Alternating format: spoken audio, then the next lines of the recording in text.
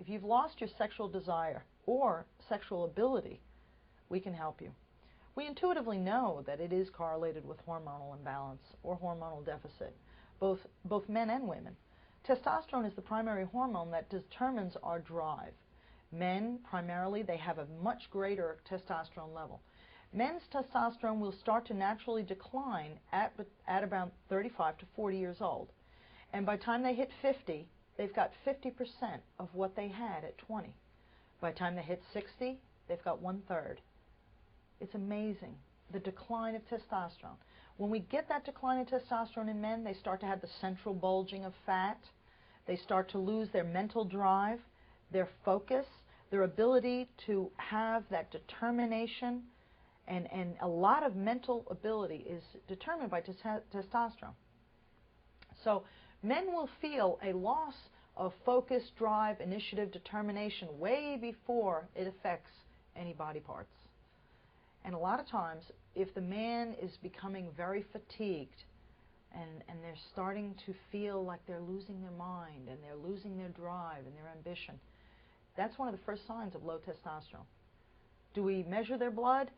Not necessarily, because the blood test does not always reflect a man's sensitivity and a man's need for testosterone. The level of testosterone that you had at 20 may be off the laboratory charts.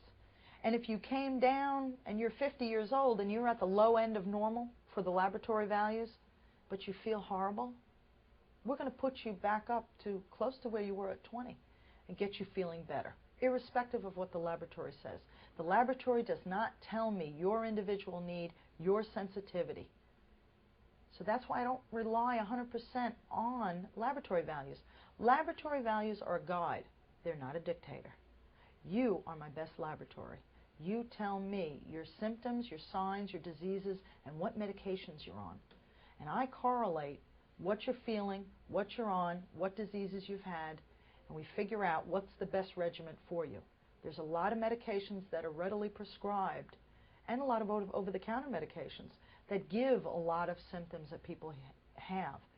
So we sit and we study everything and all of the aspects of your health, what you're feeling, what you're taking, and we figure out and balance what you need. And in a lot of cases, we can substitute medications that are causing problems with others that will not cause problems.